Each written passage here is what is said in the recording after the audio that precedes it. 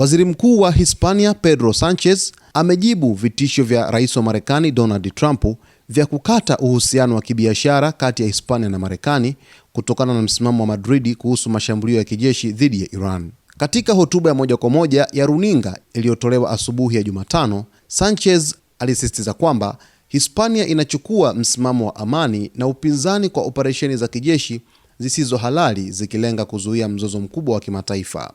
Sanchez alirejelea historia ya uvamizi wa Iraq mwaka 2003 akionyesha kuwa makosa ya zamani hayarudiwi. Alieleza kwamba uvamizi huo haukufanikisha malengo ya kisiasa bali uliunda hali ya ukosefu wa usalama, kuharibu maisha ya wananchi wa kawaida na kuathiri uchumi wa nchi nyingi.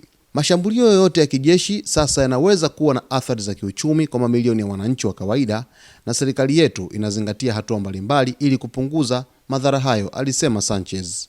Hotuba ya Sanchez ilikuja baada ya Rais Trump kuahidi jana kukata uhusiano wote na Hispania, akieleza nchi hiyo kuwa mbaya baada ya Madrid kushindwa kuiruhusu Marekani kutumia kambi zake za kijeshi kushambulia Iran. Serikali ya Hispania ilieleza mashambulizi hayo kuwa shughuli za kijeshi zisizo na msingi na hatari, na kuongeza kwamba mashambulio hayo yanahatarisha usalama wa kimataifa. Wakosoaji wa Trump wanasema vitisho vya kukata biashara ni hatua isiyo ya kawaida na yenye uwezekano wa kuharibu uhusiano wa kibiashara kati ya nchi mbili zinazokuwa marafiki kwa muda mrefu. Hispania, moja ya wanachama wakuu wa Umoja wa Ulaya na NATO, ina msimamo thabiti wa kudumisha amani na kulinda raia wake dhidi ya migogoro ya kimataifa. Viongozi wa kisiasa na wachambuzi wa masuala ya kimataifa wanasema kwamba msimamo wa Sanchez unaweza kuashiria kuwa baadhi ya nchi za Ulaya hazitakubali kushiriki moja kwa moja katika mashambulio ya Marekani, hususan wakati mashambulio hayo yanaweza kusababisha madhara kwa wananchi wa kawaida na uchumi wa dunia. Sanchez pia amesisitiza kuwa uhusiano wa kimataifa haupaswi kuathiriwa na vitisho vya kibiashara au shinikizo la kisiasa la muda mfupi. Serikali yetu inashirikiana na washirika wetu kwa masuala ya kiuchumi na usalama, lakini haiwezi kushiriki katika operesheni za kijeshi ambazo hazina msingi na zinaweza kuharibu amani duniani, alisema Sanchez. Kwa kuangalia mbele, Hispania inaendelea kuangalia hatua za kiuchumi na kisheria ambazo zinaweza kutumika kulinda uchumi wake na maisha ya wananchi wake, huku ikisisitiza msimamo wake wa kudumu wa kupinga vita. Hotuba hii inatuma ujumbe wazi kwa Washington na ulimwengu kwamba Hispania ipo tayari kushirikiana kiutendaji na kidiplomasia, lakini si kwa kushiriki moja kwa moja katika mashambulio yanayoweza kuharibu amani.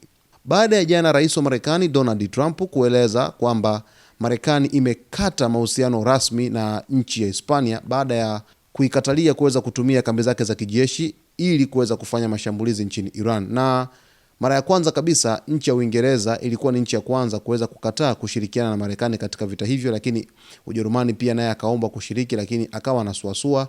Pia Hispania alikataa moja kwa moja kambi zake kutumika na Marekani. Sasa Rais wa Marekani Donald Trump amekasirishwa na hilo na kukata mahusiano ya moja kwa moja kati ya Marekani pamoja na Hispania, kitu ambacho Waziri Mkuu wa Hispania Pedro Sanchez leo hii mapema asubuhi akihutubia taifa kujibu vitisho vya Rais wa Marekani Donald Trump amekuja kufunguka na kueleza wazi kwamba Hispania haiwezi kushiriki katika mashambulizi ambayo ameyaita sio halali, kwamba yanaonea upande mmoja kutokana na shambulizi ambalo lilianzishwa pale nchini Irani kwa ushirika wa Israel pamoja na Marekani, huku dunia sasa hivi ikiwa inatazama mzozo huu utakuwa kwa kiasi gani kutokana na kwamba vita vimeingia siku ya 5 kwa hivi sasa. Basi mtazamaji wetu, tuko hapa kukuweza kukujuza leo hii yote ambayo yanajiri katika anga za kimataifa, huku mzozo ukizidi kutanua mabawa yake katika ukanda mzima wa Mashariki ya Kati. Cha msingi tu ni kuweza kuwa karibu nasi wakati wote kwa kusubscribe channel yetu, kulike, kucomment pamoja na kushare.